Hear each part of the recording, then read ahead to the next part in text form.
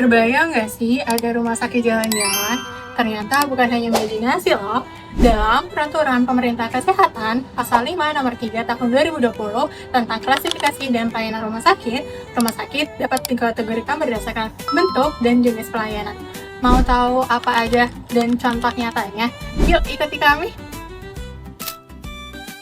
Rumah sakit jenis pertama ada rumah sakit jenis statis atau permanen. Disinilah rumah sakit berdiri di lokasi yang tetap atau sama, tidak bergerak. Di rumah sakit ini, pelayanan kesehatan dilakukan secara lengkap, mulai dari rawat jalan, rawat inap, hingga pelayanan gawat darurat. Nah, seperti yang kalian ketahui, kita sering menjumpainya loh.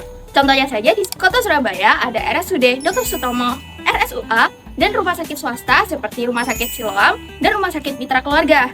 Nah, tipe inilah yang menjadi tipe yang paling umum untuk kita kenali hingga saat ini.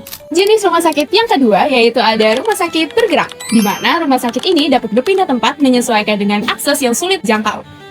Rumah sakit ini biasanya dapat berbentuk kapal, bis, pesawat, hingga kontainer yang dilengkapi dengan peralatan medis.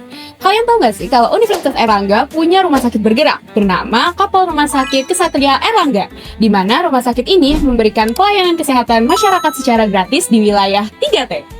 Dan yang terakhir ada rumah sakit lapangan. Rumah sakit ini bersifat sementara, didirikan saat tanggap darurat, bencana, atau situasi darurat.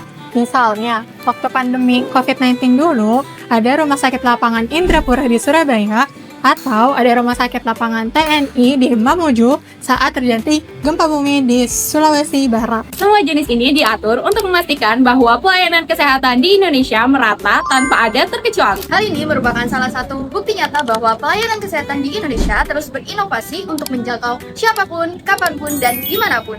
Jadi udah nggak ngira kan kalau misalnya rumah sakit hanya di perkotaan saja. Kalau aku sebut satu rumah sakit di kotamu, kamu bisa sebut itu termasuk yang mana?